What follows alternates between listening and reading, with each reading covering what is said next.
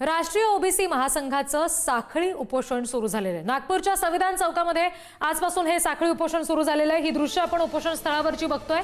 मराठा समाजाला ओबीसी मधून आरक्षण देण्यास राष्ट्रीय ओबीसी महासंघाकडून विरोध केला जातोय। भाजप आणि काँग्रेसमधील ओबीसी नेते आंदोलनस्थळी यावेळी उपस्थित आहेत। नागपुरातली ही दृश्य आपण बघतोय। संविधान चौकामध्ये हे उपोषण सुरू झालेलं आहे। राष्ट्रीय ओबीसी महासंघाचं साखळी उपोषण आहे।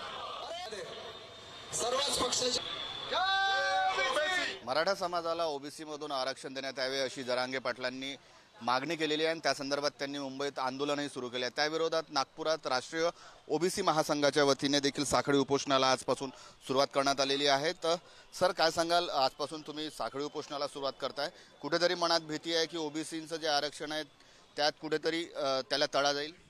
नाही, भीती म्हणजे याच्याकरता आहे की सरकारने 2023 मध्ये आम्हाला पूर्ण आश्वस्त केलेलं आहे, आम्हाला लिहून दिलेलं आहे। परंतु ज्या पद्धतीने मुंबईमध्ये जनसागर एकत्रित झाला आणि ज्या पद्धतीची मागणी होते आहे त्या मागणीला आमचा विरोध आहे। आमचं एकच म्हणणं आहे की कुठल्याही परिस्थितीत ओबीसीच्या आरक्षणाला धक्का लागता कामा नये। ओबीसी समाज बांधव जे आहेत, जेवढे काही आमचे महाराष्ट्रामध्ये आहेत, त्या सर्वांनी या गोष्टीचा विरोध केलेला आहे, यापूर्वी केलेला आहे। सरकारलाही माहीत आहे की ओबीसी समाज जेव्हा मागे ही मागणी पुन्हा आली होती याच्यापूर्वी, तेव्हा सुद्धा हा समाज पूर्ण एकवटून पूर्ण त्याचा विरोध केला आणि ओबीसी समाजाला ओबीसी समाजातून त्याच्यामधून आरक्षण देऊ नये ही भूमिका आम्ही सरकारपुढे मांडली आणि सरकारने ती मान्य केली। समर्थन द्यायला इथे आले, तुम्ही देखील इथे सहभागी आहात, सरकारपर्यंत आवाज पोहोचवणार?